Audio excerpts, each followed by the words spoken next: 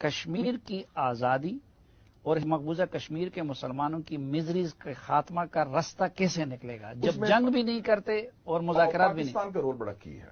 हमें ये इशू को अब बड़े संजीदा तरीके से, सस्टेन तरीके से इसको लेके चलना है। इंडिया बहुत बड़ा मुल्क है और कई हिंदुस्तान के लोग आपके साथ सिंपथाइजर भी हैं। अरुंधति रॉय है, ममता बनर्जी है, कांग्रेस पार्टी है, कम्युनिस्ट पार्टी है, लेफ्ट पार्टीज है, दलित पार्टीज हैं। हिंदुस्तान सारे लोग तो नहीं मोदी के साथ ना। इंडिया बहुत बड़ा मुल्क है और कई हिंदुस्तान के लोग आपके साथ सिंपथाइजर भी हैं। अरुंधति रॉय है, ममता बनर्जी है, कांग्रेस पार्टी है, कम्युनिस्ट पार्टी है, लेफ्ट पार्टीज है, दलित पार्टीज हैं। हिंदुस्तान सारे लोग तो नहीं। హలో నమస్తే, వెల్కమ్ టు అవర్ ఛానల్. గత వారం రోజులుగా భారతదేశం యావత్తు కూడా యుద్ధరంగంలోనే ఉంది. పహల్గాంలో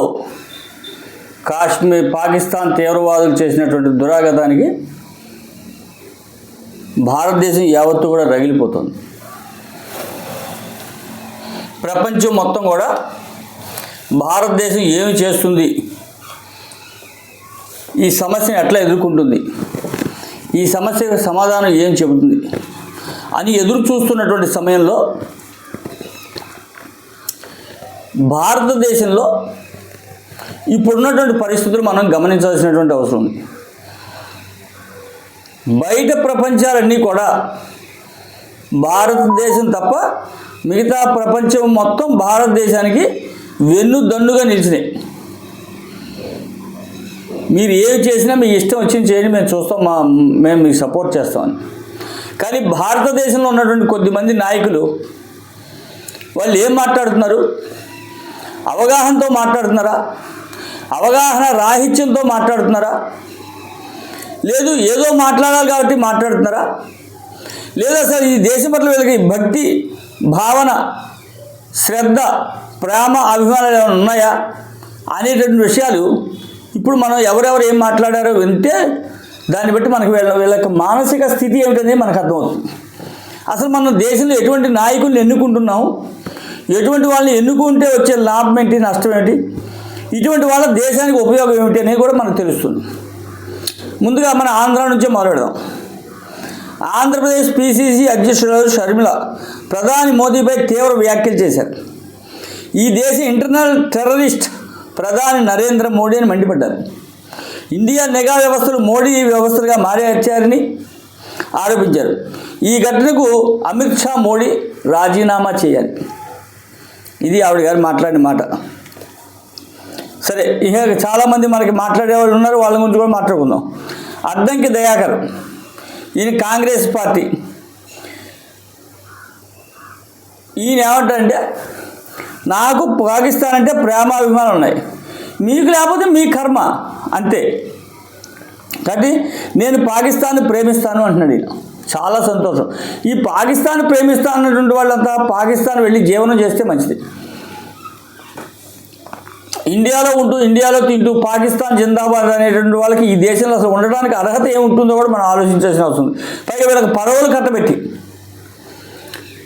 ఇటువంటి వాళ్ళ వల్ల దేశంలోకి ఎంతమంది తీవ్రవాదులు ప్రవేశిస్తారనేది కూడా మనం గ్రహించవలసిన అవసరం ఉంటుంది. ఎందుకంటే వీళ్ళు పాకిస్తాన్కి బంగ్లాదేశ్ సానుభూతి పరులు కాబట్టి. ఇక కర్ణాటక ముఖ్యమంత్రి సిద్ధరామయ్య గారు ఏమంటారంటే, మేము యుద్ధం చేయడానికి సిద్ధంగా లేము అసలు పాకిస్తాన్ మీద. ఆయన నిర్ణయం చెప్పేస్తున్నాడు. యుద్ధం చేయవలసింది కర్ణాటక ముఖ్యమంత్రి సిద్ధరామయ్య గారు కాదు, ఈ దేశం యొక్క ప్రధానమంత్రి, రాష్ట్రపతి, హోమ్ మినిస్టరు, రక్షణ మంత్రి నిర్ణయం చేస్తే మిలిటరీ వాళ్ళు వెళ్ళి చేస్తారు. ఆ మాత్రం పరిజ్ఞానం కూడా ఈయనకి లేదు. ఏమీ లేకుండానే ఈ నిర్ణయం చేసేస్తాడు, ప్రెస్ మీట్లు పెట్టేస్తాడు. అట్లాగే రాబర్ట్ వాద్రా గారు, ఆయన ఏమంటే బీజేపీకి అనుకూలంగా ఉంది కాబట్టి హిందువులకి మైనార్టీలు ఇట్లా దాడులు చేస్తున్నారు అని చెప్తున్నాడు ఆయన. బీజేపీ హిందువులకు అనుకూలంగా ఉన్నటువంటి మైనార్టీలు అయినటువంటి పాకిస్తాన్ వాళ్ళు ఇండియా మీద దాడి చేయటువంటి, దాడి చేసిన వాళ్ళు మైనార్టీలు, పాకిస్తాన్ మైనార్టీలు, ఇండియాలో మైనార్టీలా?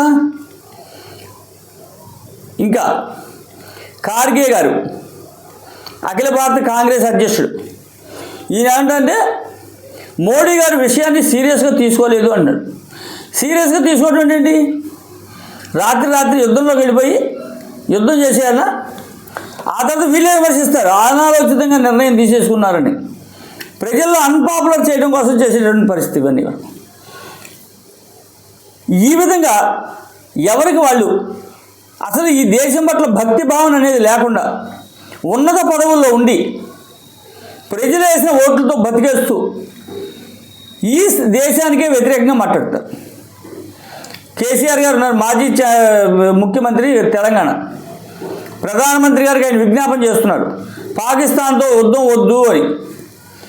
ఇంక ఈ స్థితిలో కూడా పాకిస్తాన్తో యుద్ధం వద్దంటే గత 70 సంవత్సరాల దాకా 70 సంవత్సరాల నుండి మన సహనానికి పరీక్ష పెట్టినటువంటి పాకిస్తాన్ మీద ఎంతకాలం మనం ఎట్లా నిర్లిప్తంగా ఉండాలి, సహనం వహించాలి, సహనానికి హద్దు ఎక్కడా అనేది ఆలోచించవలసినటువంటి పరిస్థితి.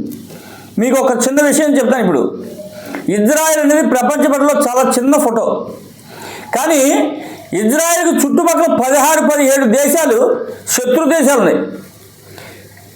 ఇవాళకి ఇజ్రాయెల్ని టచ్ చేయలేకపోతున్నాయి. కారణం ఏంటంటే ఇజ్రాయెల్లో ప్రతి పౌరుడికి దేశభక్తి ముందు. నేను అనే పదం కాదు, నా దేశం అనే పదంతోనే మొదలు పెడతారు వాడు. కాబట్టి వాళ్ళని టచ్ చేయలేకపోతుంది. అక్కడ రాజకీయ పార్టీలు ఉన్నాయి, అక్కడ ప్రతిపక్షాలు ఉన్నాయి, కానీ సందర్భం వస్తే అంతా ఏకతాటిపై నిలిచి ఉన్నారు. కానీ మన దేశంలో ప్రపంచంలో ఉన్నటువంటి మన శత్రువుల కన్నా భారతదేశానికి అంతర్గతంగా ఉన్నటువంటి శత్రువులు ఎక్కువగా ఉన్నారు ఇవాళ చూస్తుంటే కనుక. కాబట్టి ఈ స్థితిలో హిందూ సమాజం కాదు, యావత్ భారతదేశం కూడా, ప్రతి భారత పౌరుడు కూడా ఎట్లా స్పందించాలో ఆలోచించండి. అసలు మన చుట్టూ ఏం జరుగుతుందో తెలుసుకోండి. మన చుట్టూ ఏం జరుగుతుందో తెలుసుకోకపోతే ఒక 5 ఏళ్ళ తర్వాత 6 ఏళ్ళ తర్వాత ఇవాళ పాకిస్తాన్లోనో కాశ్మీర్లోనో పహల్గాలో ఉన్నటువంటి పరిస్థితి మన ఇంటి ముందు కూడా ఉంటుంది, మన ఇంట్లోనే ఉంటుంది. మనకు రక్షణ ఉండదు. ఆ రోజు ఎవరే కాపాడతారు మనల్ని? కాబట్టి ఇటువంటి వాళ్ళందరూ కూడా మనం బాయ్కాట్ చేయవలసినటువంటి అవసరం ఉంది. ఈ వీడియోకి చివరి ఇంకో వీడియో జప్ చేస్తాను, అది ప్రతి ఒక్కరూ చూసి తీరాలని కోరిక. ఎందుకంటే పాకిస్తాన్లో ఒక ఇంటర్వ్యూలో ఒక పొలిటికల్ లీడర్ చెప్తున్న మాట ఏంటంటే, కాశ్మీర్ని మీరు స్వాధీనం చేసుకోగలరా?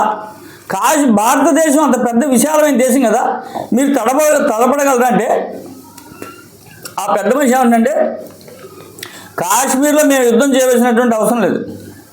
మాకు అరుంధతి రాయ్, మమతా బెనర్జీ, ముఖ్యంగా కాంగ్రెస్ వామపక్షాలు వీళ్ళంతా కూడా మాకు సహాయం చేస్తారు. వీళ్ళంతా మోడీతో ఉన్నట్టుగా ఉంటారు, కానీ మాకే సహాయం చేస్తారు అని సిగ్గు విడిచి నిర్లజ్జగా మాట్లాడుతున్నారంటే ఈ దేశంలో ఉన్నటువంటి వాళ్ళకి ఎంత సపోర్ట్గా ఉన్నారో మనం ఆలోచించవలసిన అవసరం ఉంది. ఇవాళకి వీళ్ళు ఏం మాట్లాడుతున్నారో తెలియకుండా నిర్లక్ష్యంగా ఈ దేశం పట్ల ఏమాత్రం భక్తి భావం లేకుండా మాట్లాడుతున్నారు. ఇక రాహుల్ గాంధీ గారు ఆయనైతే ఏమంటారంటే, భారతదేశం శాంతంగా ఉండాలి, సౌభాతృత్వం కలిగి ఉండాలి అని చెప్పి ఆయన ఉపన్యాసం ఇస్తున్నాడు. ఎంతకాలం శాంతి సహనం ఎంతవరకు? మానవులకి ఓపిక ఉండదా? దాడులు చేస్తుంటే చూస్తూ ఉండాలా? అంటే వీళ్ళందరికీ ఏమిటంటే చనిపోయింది ఎవరో కాబట్టి, అదే వీళ్ళలో కనుక వీళ్ళ అక్కో తమ్ముడో చెల్లో ఎవడో పోతే అప్పుడు కానీ వీళ్ళకి ఆ వేడితనం ఏంటో తెలియదు. హిందువుల్ని టార్గెట్ చేసుకుని నువ్వు హిందువా కాదని చూసి చంపుతుంటే కూడా ఇంత సిగ్గు లేకుండా మాట్లాడుతుందంటే ఈ రాజకీయ నాయకులు మనం ఏ విధంగా అర్థం చేసుకోవాలో ఆలోచించవలసినటువంటి అవసరం ఉంది. భవిష్యత్తులో వీళ్ళ వల్ల దేశానికి లాభం కన్నా కూడా చాలా నష్టమే కలిగేటువంటి అవకాశాలు ఉన్నాయి. కాబట్టి ఇప్పటికైనా హిందూ సమాజం మేల్కొని మన స్వీయ రక్షణ మనం చేసుకోవాల్సిందే. మన చుట్టూ ఏం జరుగుతుందో గ్రహించాలి, మన వీధిలో ఏం జరుగుతుందో గ్రహించాలి, మన చుట్టూ జరుగుతున్నటువంటి పరిణామాలన్నీ ప్రతి క్షణం కూడా గ్రహించకపోతే మనం ప్రమాదంలో ఉన్నట్టే. ఇది ప్రతి వ్యక్తి కూడా గ్రహించవలసినటువంటి అవసరం ఉంది. ఇవాళ యావత్ సమాజం కూడా కుల మతాలకు అతీతంగా గ్రహించవలసినటువంటి అవసరం ఉంది. జై హింద్, భారత్ మాతాకి జై.